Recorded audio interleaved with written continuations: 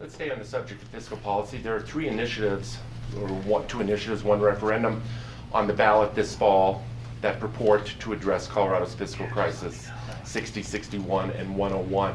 If we can just go quickly and maybe we'll stay in the same order.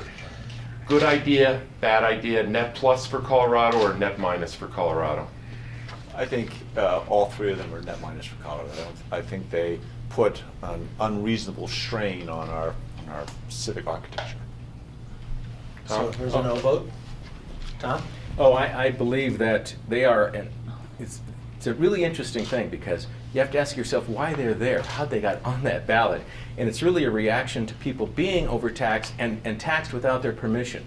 The fact that we have a Supreme Court that a liberal Supreme Court that allowed a liberal legislature and governor to ignore the fact that we were supposed to ask people for their vote on taxes.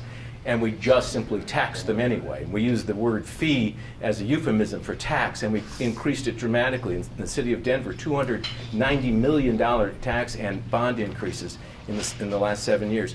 That's why they're there. Now, I believe that all of them, I support all of them. I'm going to vote for them. And I recognize that everybody thinks that they are draconian in nature, but I'll tell you this. The people of the state of Colorado are not undertaxed. We are over-governed. The solution is not to keep heaping taxes upon people.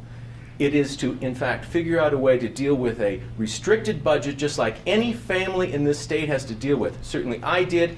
Most people I know are under that kind of restriction. You sit around your family table and you say, how in the heck are we going to actually make this budget work?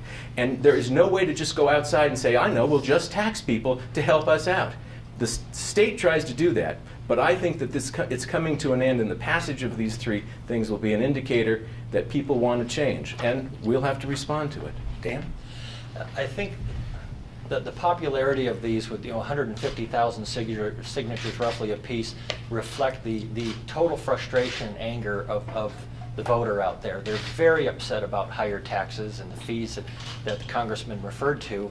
And I think all three of them occurring, if we already have a $1 billion shortfall forecasted for next year, and all three of these pass, we're going to have another $1 billion on top of that. Now, if we were flush right now and doing well, I'd be in favor of all three, and I'd say, yes, let's go. But if we have a $1 billion shortfall and we add another $1 billion to it, that's extremely strenuous on our state. I do favor the one that's the reversal of the personal property tax. So maybe there's a reason I'm sitting between these guys on this subject. The freezing of the property tax mill levy rate was unconstitutional. I don't care what the Supreme Court justices had to say about it. And I want to think that was maybe 61.